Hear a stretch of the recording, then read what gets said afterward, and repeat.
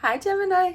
Welcome to your April 2023 reading. So we have something really cool going on this month, and it's called mutual reception. Mercury, our ruling planet, moves into Taurus on April 3rd. Venus, Taurus's ruling planet, moves into our sign, into Gemini, on the 11th. So Taurus houses our ruling planet and we house its ruling planet. What does this mean? What does this mutual reception bring us? Oof, a lot of speed. We want to go fast. But we're going to do the opposite. We want to go fast. You know why we want to go fast, though? You know, Geminis think up a lot. And then life happens. And all the things we thought about and all the things we were so sure about, things that we wanted to run right towards, well, they change.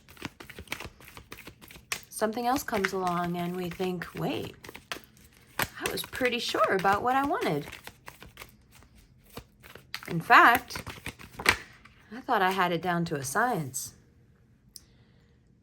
But on the 25th of March, Mars moves in to Cancer.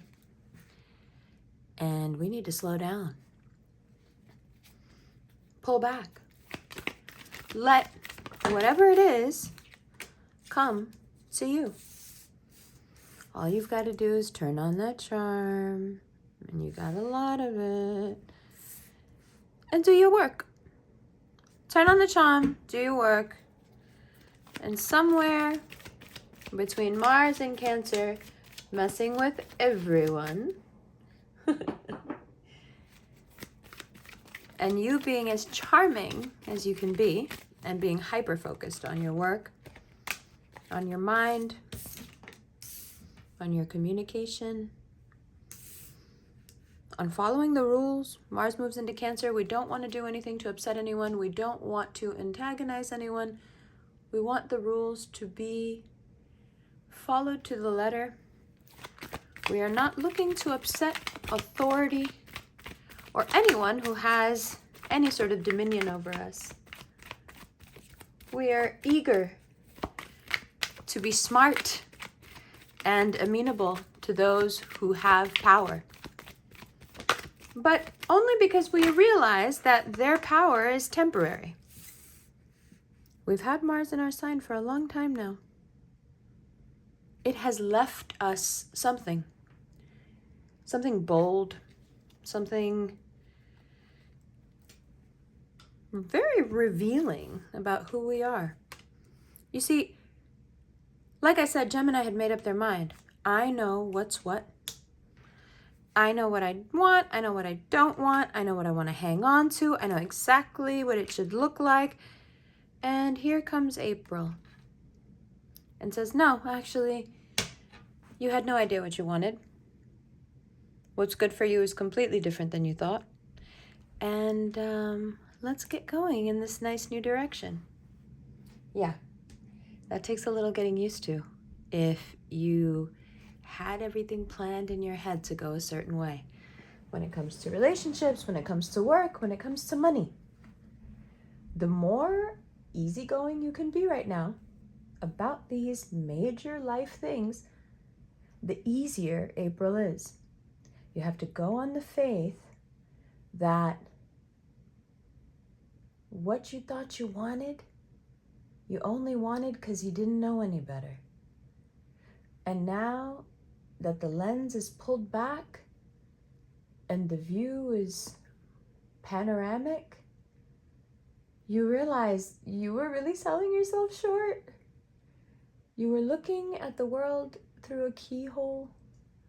And so, of course, whatever you saw through that small space, it seemed really appealing. But in April, the world opens up. And you can see very far.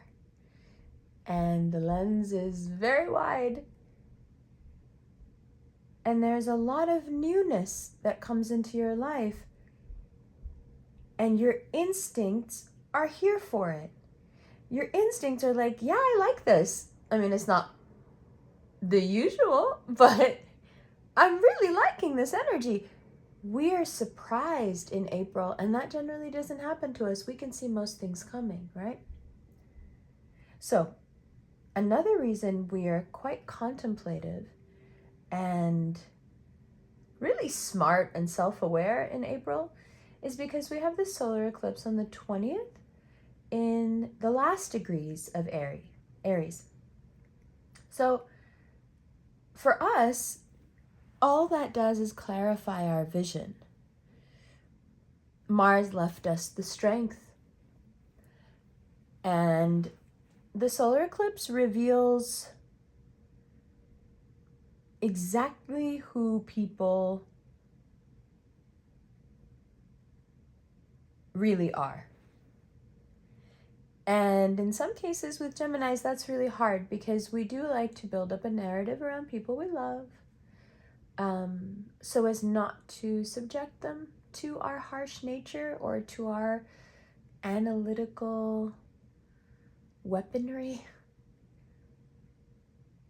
We like to think the best of people, and we can convince ourselves that someone, even if they are really detrimental to our well-being, we can mask it and pretend to such an extent that that person is good for us that we really don't see it. And then moments like the solar eclipse happens, and it feels like the world is falling down because you see so clearly something that you have either sublimated to such a degree that you didn't know you felt that way anymore, or out of a sense of guilt. Sometimes Gemini feels like because we're the smartest person in the room, we shouldn't say anything. Because we can see through you doesn't mean that you're a bad person. Maybe it's just us. Maybe we're just hyper aware.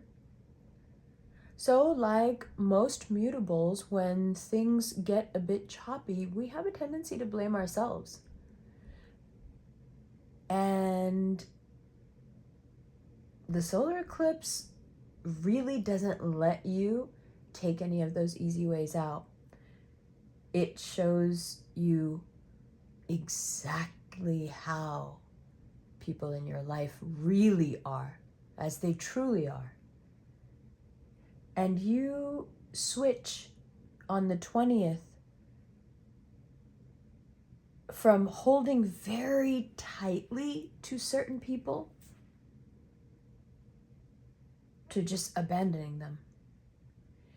Because once you understand the depth and breadth of this deception, not just their deception, your self-deception as well, it icks you to such a degree, like you're so icked that you're just like, no, I can't. I don't want to be around these people anymore. I don't think I can be around these people. I'm so embarrassed. I'm so grossed out. Just being around these people, being around this person, being in this situation is going to be too much for me. And it's too disagreeable for me. So, on one hand, you lose some people that said they could do a lot, but were always just talk and nothing else. And on the other hand, you can have great success through friends who are true and have always wanted the best for you and have always gone out of their way to hook you up. So two camps of friends emerge from the solar eclipse. One group is revealed for who they truly are, and in most cases that means that they've been, to a certain extent,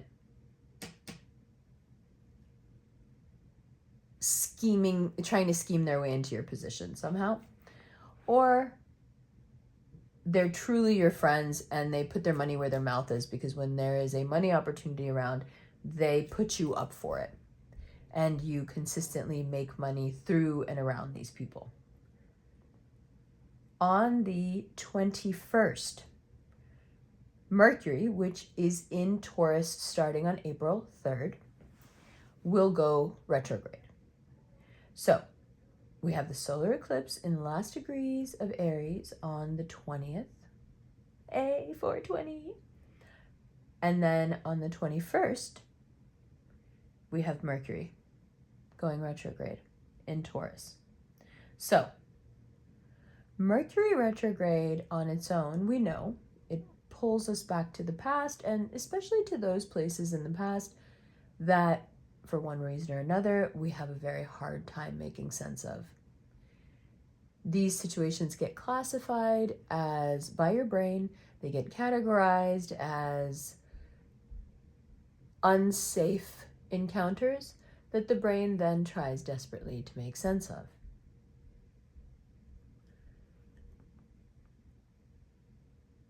You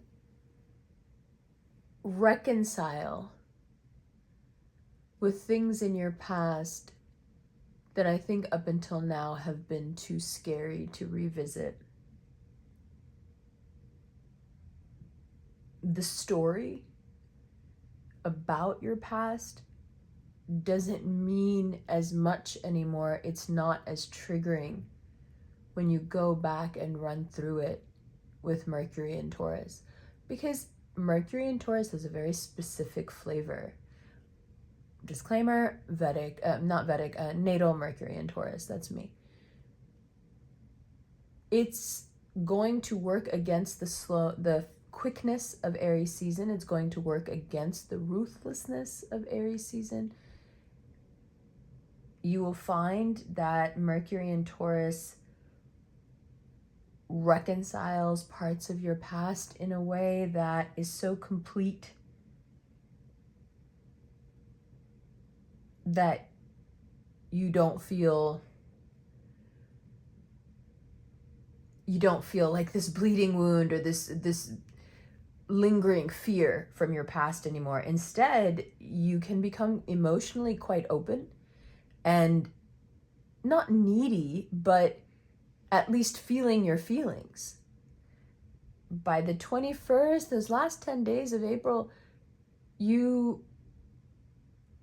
are very vocal about how much attention you want, how much emotional support you want,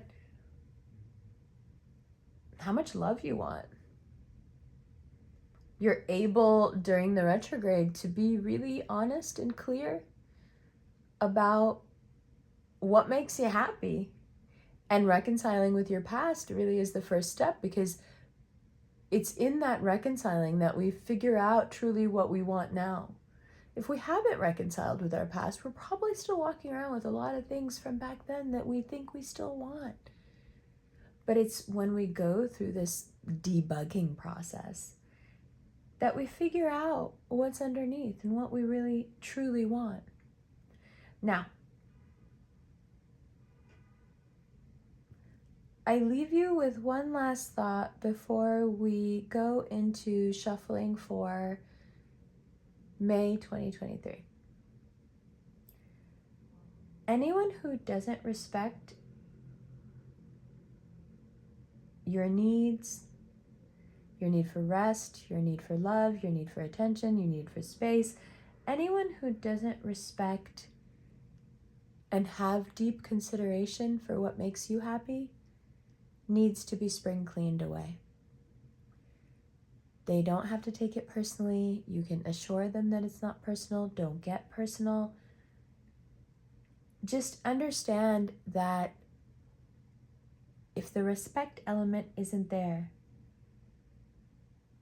nothing is there. We just can't tolerate that anymore. I think before Mars moved into our sign and stayed for a good long time, we could have, we did. But we can't anymore. And that's good. Because we shouldn't be we shouldn't be having grace for people who don't respect your needs. So, although your needs are complicated and hard to understand, this conversation in April is between you and yourself and the divine. So there's no need for explanation. When you feel like being quiet and pull back, do so. When you feel like engaging and being the center of things, do so. When you see people for who they really are, there's really no need to grieve. Just be grateful that you got out alive and that you're safe and you're free. Okay? Good. So now we're going to shuffle through in the extended and take a look at May 2023. And that will be on Patreon and Vimeo.